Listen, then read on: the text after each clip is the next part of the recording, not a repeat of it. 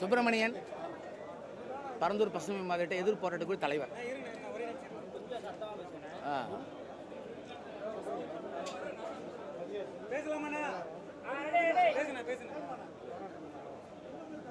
பரந்தூர் பசுமை விமான நிலைய திட்டத்தை மாநில அரசு கைவிடக் கோரி ஏற்கனவே கடந்த 5 ஆண்டுகளாக பல்வேறு போராட்டங்களை நாங்கள் நடத்தி கொண்டிருந்த வேளையில்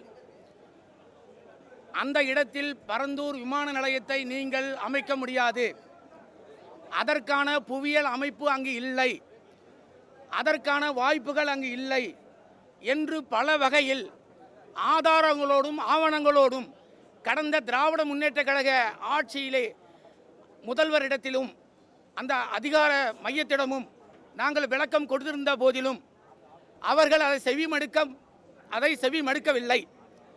பல்வேறு போராட்டங்கள், பரந்தூர் வட்டார விவசாய பெருங்குடி மக்கள் தங்கள் வாழ்வாதாரம் பறிபோகிறதே, நஞ்ச நிலங்களும் புஞ்ச நிலங்களும் அழிக்கிறார்களே, வரலாற்று சிறப்புமிக்க 1100 ஆண்டு காலம் உள்ள கம்பன் கால்வாய் அழிக்கப்படுகிறது, செம்பரம்பாக்கம் ஏரிக்கு வரக்கூடிய நீர்வரத்து அழிக்கப்படுகிறது, சென்னைக்கு மேற்கு பகுதியில் இருக்கக்கூடிய இந்த பரந்தூர் பகுதியிலிருந்து தான் வெள்ளம் சென்னையை நோக்கி வருகிறது. கட்டிடங்களாலும் மற்ற இன்ஃப்ராஸ்ட்ரக்சராலும் அது தடுக்கப்பட்டால் சென்னை வெள்ளத்தால் பாதிக்கப்படுமே. அரக்கோணம் நேவி என்கின்ற பகுதி ஒரு 15 கிலோமீட்டர் தூரத்திலே தென்னிந்தியாவின் கடற்படை விமான தளம் உள்ளது. பறவைகள் வேடந்தாங்கல் சரணாலயத்துக்கு பறந்து வரக்கூடிய பகுதி ஆகியச்சு. நஞ்ச நிலங்கள் 2500 ஏக்கரும் புஞ்ச நிலங்கள் 1300 ஏக்கரும் இருக்கிறது. அங்கு நாளில் ஒரு பகுதி நீர்நிலையாச்சு. 12 ஏரி, 17 குளம், 17 குட்டை என்று 26% நீர்நிலை உள்ள இடத்தை ஏன் தேர்ந்தெடுத்தீர்கள் என்று நாங்கள் பல்வேறு ஆவணங்களோடு அவர்களை சந்தித்தோம். 2 கட்ட பேச்சுவார்த்தை கூட நடத்தினோம். நாங்கள் விவசாய பெருங்குடி மக்கள் அந்த பகுதியில் விமான நிலைய திட்டத்தை வரவேற்க நாங்கள் தயாராக இல்லை, கைவிடுமாறு மன்றாடி கேட்டோம். கடைசி நேரத்தில் கூட, அந்த தேர்தல் நேரத்தில் கூட உதயநிதி மாண்புமிகு துணை முதல்வராக இருந்த மதிப்புமிகு உதயநிதி ஐயா அவர்களையும் சந்திக்க நாங்கள் முயற்சி செய்தோம். ஆனால் தடுக்கப்பட்டது. எதற்காக தடுக்கப்பட்டது? வளர்ச்சி என்பது அல்ல.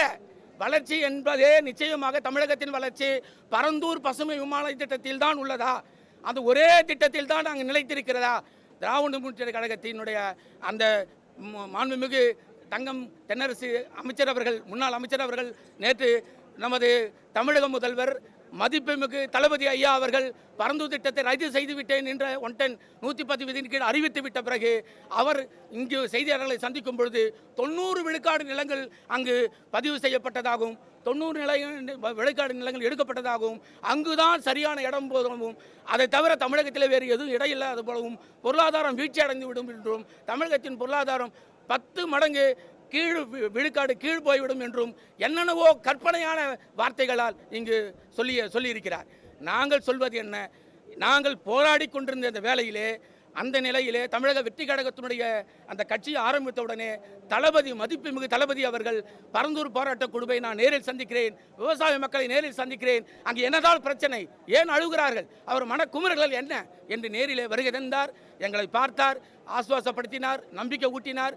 நான் தலைமையை ஏற்கும் பொழுது, முதல்வராக வரும்போது இந்த திட்டம் ரத்து செய்யப்படும் என்று அற்புதமான வாக்குறுதி கொடுத்து உறுதியளித்திருந்தார். அந்த அடிப்படையிலே தமிழகத்திலே அமோக வெற்றி பெற்று தமிழக முதல்வரான உடனே பரந்தூர் திட்டத்தை ரத்து செய்வது எப்படி என்ற ஆய்வுக் கூட்டங்களை நடத்தி கொள்கை முடிவெடுத்தார். அதற்கே நாங்கள் அவருக்கு நன்றியை முதலே உறுதியாக்கி இருந்தோம். இடையிலே கிராம சபை ஆகஸ்ட் 15ஆம் தேதி நடந்த கிராம சபையிலே தீர்மானங்களை எதிர்த்தோம்.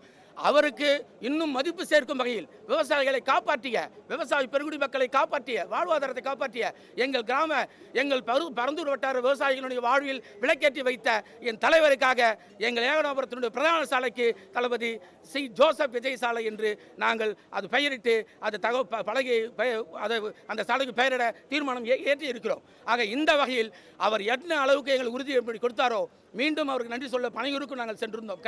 அந்த கட்சி செயல்பாடுகளின் போது என்னென்ன எங்களுக்காக அவர் உழைத்தார் என்பதற்காக நன்றி சொல்ல சென்றிருந்தோம். அதை எல்லாம் மனதில் கொண்டு விவசாயிகளுக்கு என்ன உறுதியளித்தாரோ, என்ன நான் வந்தால் இந்த திட்டத்தை ரத்து செய்வேன் என்ற நம்பிக்கை ஊட்டினாரோ, அந்த நம்பிக்கை பொய்க்கவில்லை.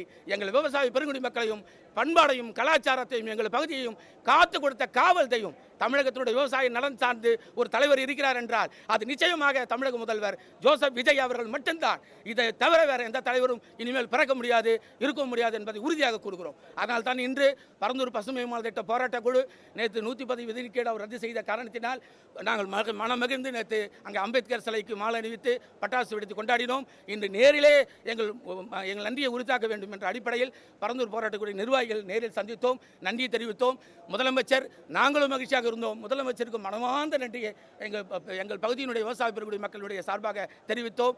அவர் ஒரு உறுதி அளித்தார். எப்படி விவசாயத்தை காப்பாற்றினாரோ தவறான புரிதல்கள் திமுக உருவாக்குகிறது. அதற்கு தான் இங்கு சொல்கிறோம். தவறான புரிதல் என்ன புரிதல் என்றால் பரந்தூர் விமான நிலையத்தை ரத்து செய்துவிட்டால் தமிழகத்தில் பொருளாதாரம் முடங்கியது. ஒரே ஒரு விமான நிலைய திட்டம் முடங்கிவிட்டால், ரத்து செய்துவிட்டால் பொருளாதாரம் முடங்கிவிடுமா?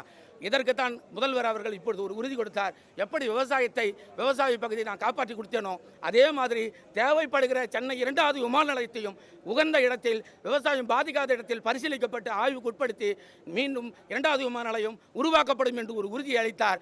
எப்படி விவசாயத்தை அவர் காப்பாற்றினாரோ அதே மாதிரி தமிழகத்தையும் காப்பாற்றுவார், தமிழக தொழில்துறையும் காப்பாற்றுவார். அதில் மாற்று கருத்து இல்லை. உறுதியாக நம்புகிறோம். மீண்டும் மீண்டும் கோடான கோடி நன்றியை தமிழக முதல்வருக்கு உரித்தாக்குகிறோம்.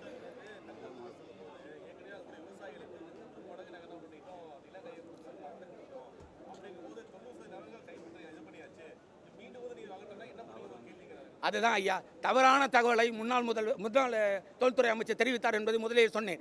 90 விழுக்காடு என்பதும் தவறான தகவல். விவசாய பெருங்குடி மக்கள் நாங்கள் சொல்கிறோம், அவர்களுடைய அரசு அவர்கள் வெளியிட்ட தகவலின்படி 1700 ஏக்கர் 5740 ஏக்கரில் 1700 ஏக்கர் 90 விழுக்காடா? கணக்கு தெரியாமல் சொல்கிறாரா? முன்னாள் தொழில்துறை அமைச்சர் ஏன் இப்படி போய் சொல்கிறார்? தமிழகத்தின் வளர்ச்சி அல்ல, அவர்களின் வளர்ச்சி, திராவிட முன்னேற்ற கழகத்தின் வளர்ச்சி. அங்கு ஒரு மாபியா கும்பல் அங்கு ரியல் எஸ்டேட்டை 5 ஆண்டுகளுக்கு முன்னாலே விமான நிலையம் வருகிறது என்ற அடிப்படையிலே அனைவரும் தெரிந்து முன்னாள் ஆளுங்கட்சி திராவிட முன்னேற்ற கழகத்தை சார்ந்தவர்கள் அங்கே இன்வெஸ்ட்மெண்ட் செய்து விட்டார்கள், முதலீடுகளை செய்து விட்டார்கள், முதலீடு போட்டு விட்டார்கள். கோடிக்கணக்கான முதலீடுகள் போட்டுவிட்டு அது 3 மடங்காகும் 4 மடங்காகும் நம்ம பிரட்டி கொண்டு வாரி வந்து விடலாம் என்று எதிர்பார்த்தார்கள். ஆனால் தமிழகத்தினுடைய வெற்றி கழகத்தினுடைய தலைவர், தமிழகத்தின் முதலமைச்சர் விவசாயிகளை வாழ்விப்பதற்காக அந்த திட்டத்தை ரத்து செய்தார். அவர்கள் கனவை பொடியாக்கினார். அதனால் தான் அவர்கள் தவிக்கிறார்கள். தவி என்று சட்டசபையிலே தவிக்கிறார்கள். அவர்கள் தான் தவிக்கிறார்கள். மீதி தமிழகத்தினுடைய அனைத்து கட்சிகளும், திராவிட முன்னேற்ற கழக தவிர்த்த அனைத்து கட்சிகளும் இந்த ரத்து செய்ததை வரவேற்கிறார்கள். முதல்வருக்கு நன்றி சொல்கிறார்கள்.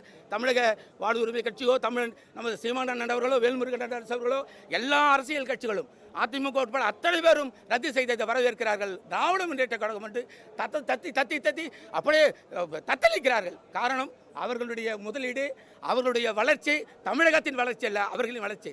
தமிழகத்தின் வளர்ச்சியை மதிப்புமிகு முதல்வர்கள் பார்த்துக்கொள்வார். விமான நிலைய திட்டத்தை வேறு ஒரு பகுதி மாற்றி நிச்சயமாக ஒரு 3-4 மாதங்களில் உருவாக்குவார். விவசாயத்தையும் காப்பாற்றுவார், தொழிலையும் காப்பாற்றுவார், மக்களையும் காப்பாற்றுவார், அனைவரையும் காப்பாற்றுவார். நன்றி. சுப்பிரமணியன், தலைவர், பரந்தூர் பசுமை விமான திட்ட போராட்ட குழு. இன்னொரு விஷயம், இதற்காக எங்களுக்கு குரல் கொடுத்த அனைத்து அமைப்புகளுக்கும், அரசியல் கட்சி தலைவர்களுக்கும் மனமார்ந்த நன்றி. பொதுவாக இந்த செய்தியாளர்கள் ஊடகத்துறை இல்லைன்னா எங்கள் போராட்டம் வெற்றி பெற்றிருக்காது. அனைத்து ஊடகம் செய்தியாளர்களுக்கு எங்கள் மனமார்ந்த நன்றியை உரித்தாக்குகிறோம்.